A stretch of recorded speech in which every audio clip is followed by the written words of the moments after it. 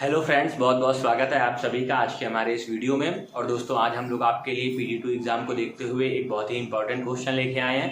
Question है आपका quadratic equation का, और क्वाड्रेटिक इक्वेशन में हमने ली है आज एक वर्ड प्रॉब्लम जो कि कई बार पेपर में आ चुकी है। और जब ये पेपर में आती है तो थोड़ा सा कंफ्यूज करती है बच्चों को, क्योंकि लैंग्वेज इसकी ऐसी लिखी रहती है कि थोड़ा सा परेशान कर देती है। ठीक है, तो चलिए इस क्वेश्चन को हम लोग अच्छे से समझ लेते हैं कि अगर ये क्वेश्चन या इसके जैसा कोई क्वेश्चन आपके यहाँ पेपर में आए तो आप उसको आराम से सॉल्व कर सकें। ठीक है, तो ज़्यादा बात ना करते हुए सीधे क्वेश्चन पे आते हैं और समझते हैं आज का क्वेश्चन। देखिए, आज का क्वेश्चन हमारा क्या कह रहा है। If the price of a book is reduced by ₹5, okay, a person can buy 5 more book for ₹300, okay. Find the original list price of the book. हमें क्या करना है, जो ओरिजिनल लिस्ट प्राइस था हमको वो निकालना है। ठीक है, क्वेश्चन को थोड़ा और अच्छे से समझ लेते हैं। तो क्वेश्चन हमारा ये कह रहा है कि एक बुक का कुछ रेट था, कुछ अपना फिक्स रेट रहा होगा, और जो बंदा बुक लेने के लिए गया था उसके पास टोटल कितने रुपए हैं, ₹300 है। ठीक है, अब ₹300 में उसको बुक खरीदनी थी।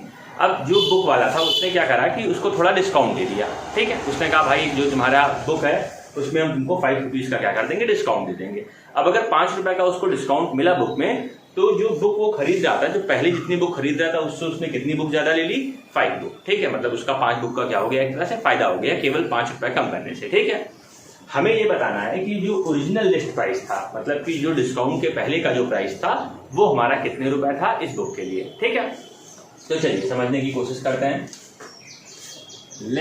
सबसे पहले हम लोग मान लेते हैं कि जो हमारा ओरिजिनल प्राइस था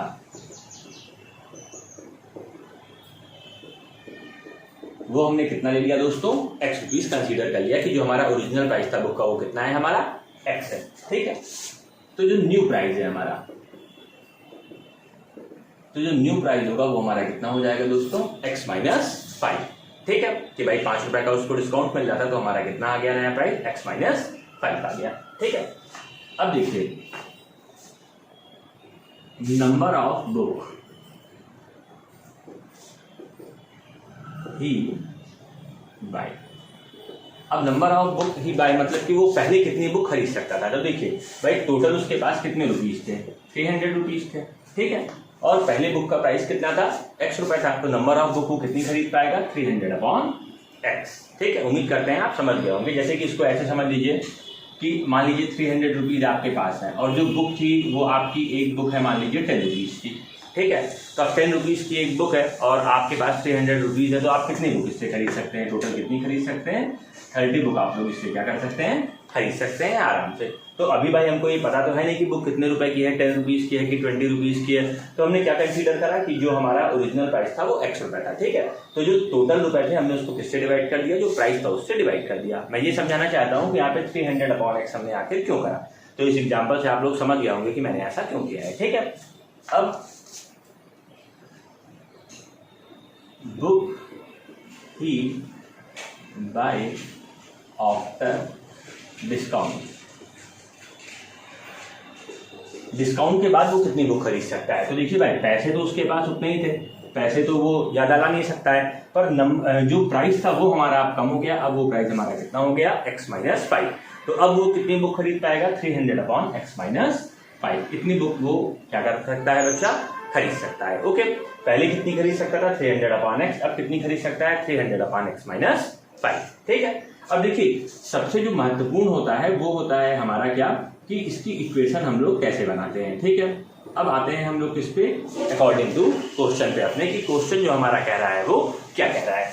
तो देखिए पहले ये कितनी बुक खरीद पा रहा था हमारी, 300/X, बाद में कितनी खरीद पा रहा है, 300/X - 5। तो जरा मन में सोचिए कि कब वो बुक ज्यादा खरीद पाएगा, इस केस में कि इस केस में। तो स्वाभाविक सी बात है दोस्तों कि जब प्राइस कम हुआ होगा तब वो ज्यादा बुक हमारा क्या कर पाएगा, बाय कर पाएगा। ठीक है, तो यहाँ पे हम लोग पहले इसको ले लेते हैं कि वो कितनी बुक खरीद रहा है, 300/X - 5 बुक ले रहा है। ठीक है, बाद में वो कितनी बुक ले रहा था दोस्तों, 300/X बुक ले रहा था। ठीक है, मैंने इसको पहले क्यों रखा है, क्योंकि भाई जब रेट कम रहा होगा तब वो ज्यादा बुक खरीद पाया होगा, तो जो ज्यादा बुक खरीद पाया है उसको आप पहले रखिए, और इन दोनों को आप क्या कर लीजिए, माइनस कर लीजिए। ठीक है, माइनस करने पे ये कितना आना चाहिए, क्योंकि ये कितना बुक ज्यादा खरीद पा रहा था, 5 बुक हमारा क्या कर पा रहा था, ज्यादा ये ले पा रहा था। भाई अगर प्राइस ₹5 रिड्यूस हो रहा था तो नंबर ऑफ बुक कितनी हो रही थी उसकी, 5। तो जैसे मान लीजिए पहले वो खरीद पा रहा था 25 बुक तो अब खरीद पाएगा 30 बुक। ठीक है, ऐसा ही तो कुछ मतलब हुआ। तो भाई अगर उन दोनों के जो नंबर ऑफ बुक है उसको हम लोग माइनस करें तो वो किसके बराबर होना चाहिए, जितनी बुक वो ज्यादा खरीद पा रहा था उसके बराबर होना चाहिए। ठीक है, तो ये हमारी क्या बन गई, मेन इक्वेशन हमारी बन गई।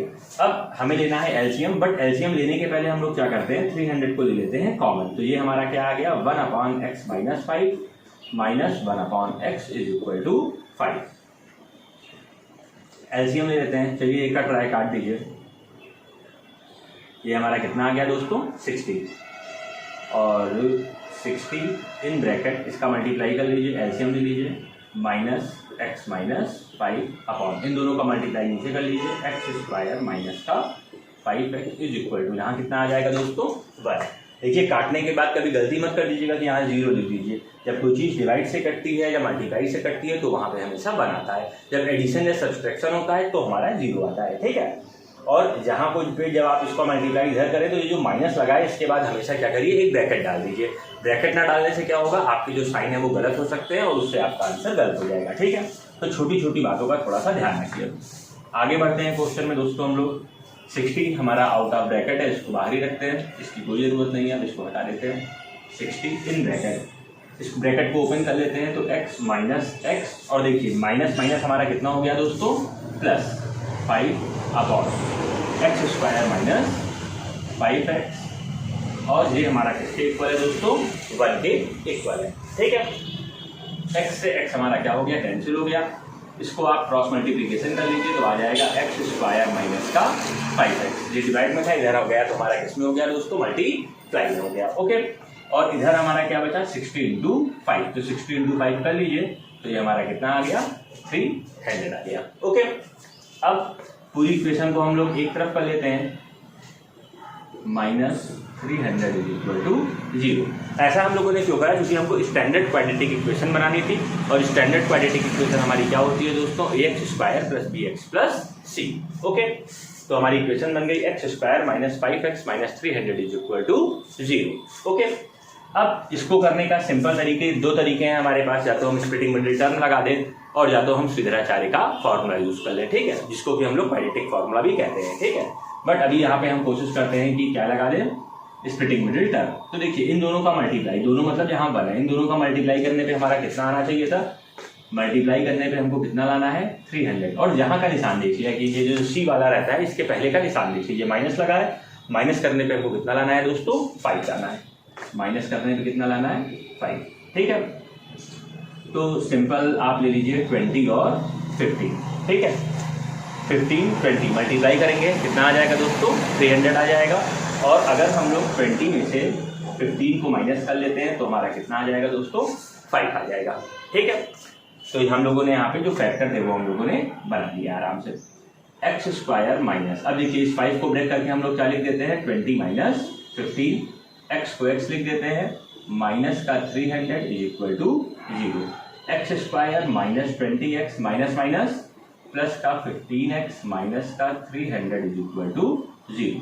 x कॉमन ले लीजिए, x माइनस 20 प्लस का 15 कॉमन ले लीजिए, x minus 20 is equal to 0। x minus 20 पूरे से कॉमन ले लीजिए तो यहाँ हमारा क्या बन जाएगा दोस्तों, x plus 15 is equal to 0। Here we get the value of x is 20 comma minus 15।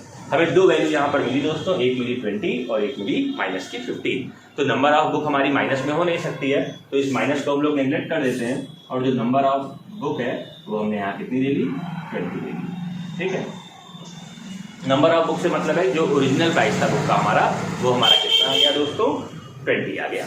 ठीक है, तो हम लोगों से क्वेश्चन में क्या पूछा गया था, find the original list price of the book. तो जो लिस्ट प्राइस हमारा ओरिजिनल था दोस्तों वो कितना आ गया हमारा, 20 आ गया। ठीक है, तो इस तरह से आप इस पूरे क्वेश्चन को लगा सकते हैं और बढ़िया से अपना समझ सकते हैं। कभी कभी आंसर आने के बाद भी आपके मन में डाउट रहता है कि पता नहीं जो क्वेश्चन हमने लगाया है वो सही लगाया है या गलत लगाया है कि क्या करा है। ठीक है, तो थोड़ा सा अगर आप चाहें तो उसको चेक भी कर सकते हैं। ठीक है, तो देखिए मैं कोशिश करता हूँ कि आपको यहाँ चेक करके दिखाऊँ कि आपका आंसर सही है कि गलत है। देखिए हम लोगों ने बताया कि जो ओरिजिनल लिस्ट प्राइस था वो कितना था, 20। मतलब जब आप दुकान पे गए थे तो दुकान वाले ने आपसे क्या कहा था कि भैया हम 20 रुपए की बुक आपको देंगे। आपके पास कितने रुपए थे, 300 रुपीज थे। ठीक है, और एक बुक कितने की पड़ रही थी आपकी, 20 की पड़ रही थी। आपने डिवाइड कर दिया, कितना आ गया, 50। मतलब आपने दिमाग लगाया तो आपके दिमाग में आया कि भाई मैं इस तरह से अगर खरीदूंगा तो 15 बुक हम टोटल खरीद पाएंगे। ठीक है, आपने थोड़ा रिक्वेस्ट किया कि अरे भैया यार कुछ डिस्काउंट दे दो। डिस्काउंट उसने कितने का दिया? 5 रुपीज़ का दिया। तो इसका मतलब है कि भाई पहले बुक आपको पड़ रही थी 20 रुपीज़ की, 5 रुपीज़ का डिस्काउंट मिल गया, तो मतलब अब बुक आपको कितने की पड़ गई दोस्तों? 15 रुपीज़ की पड़ गई। ठीक है, अब नंबर ऑफ बुक निकाल लेते हैं, तो काट दीजिए 15 2 जा, तो आपको कितनी बुक अब मिल गई? 20 बुक मिल गई। ठीक है, तो यहाँ से थोड़ा सा दिमाग लगाइए कि अब देखिए क्वेश्चन पढ़िए। क्वेश्चन क्या कह रहा था कि रिड्यूस बाई ₹5, अगर जो रेट था वो कितना हो जाए? 5 रुपीज़ आपका रिड्यूस हो जाए, तो जो नंबर ऑफ बुक है वो आप कितनी ज़्यादा खरीद पाएंगे? 5। तो देखिए यहाँ पे जब हमारा प्राइस था वो 5 रुपीज़ हमारा क्या हुआ? रिड्यूस हुआ था। तो देखिए नंबर ऑफ बुक भी हम कितनी ज़्यादा खरीद पा रहे हैं? 5 ज़्यादा खरीद पा रहे हैं। तो जब आप ऐसा करेंगे तो आप ये बात समझ सकते हैं कि आपने क्वेश्चन सही लगाया है कि गलत। मतलब जो आपका आंसर होता है, वो जो इक्वेशन हमने बनाई होती है, जो क्वेश्चन दिया रहता है, उसको क्या करना चाहिए? सेटिस्फाई करना चाहिए। ठीक है, तो अभी आपको पूरा क्वेश्चन अच्छे से समझ में आ गया होगा कि कैसे हमने इसकी इक्वेशन बनाई है और कैसे हम इसकी इक्वेशन को रख करके अपने क्वेश्चन में चेक भी कर सकते हैं कि हमारा क्वेश्चन सही लगा है या गलत लगा है। ठीक है, तो उम्मीद करते हैं आपको पूरा क्वेश्चन अच्छे से समझ में आ गया होगा। हमारे चैनल को अगर आपने अभी तक सब्सक्राइब नहीं किया है तो सब्सक्राइब कर लीजिएगा, जिससे रेगुलर वीडियो आप तक पहुंचती रहे। और साथ ही साथ वीडियो को लाइक और कमेंट जरूर कीजिएगा, अपने दोस्तों मित्रों के साथ शेयर करते रहिएगा। बहुत बहुत धन्यवाद। जय हिंद, जय भारत।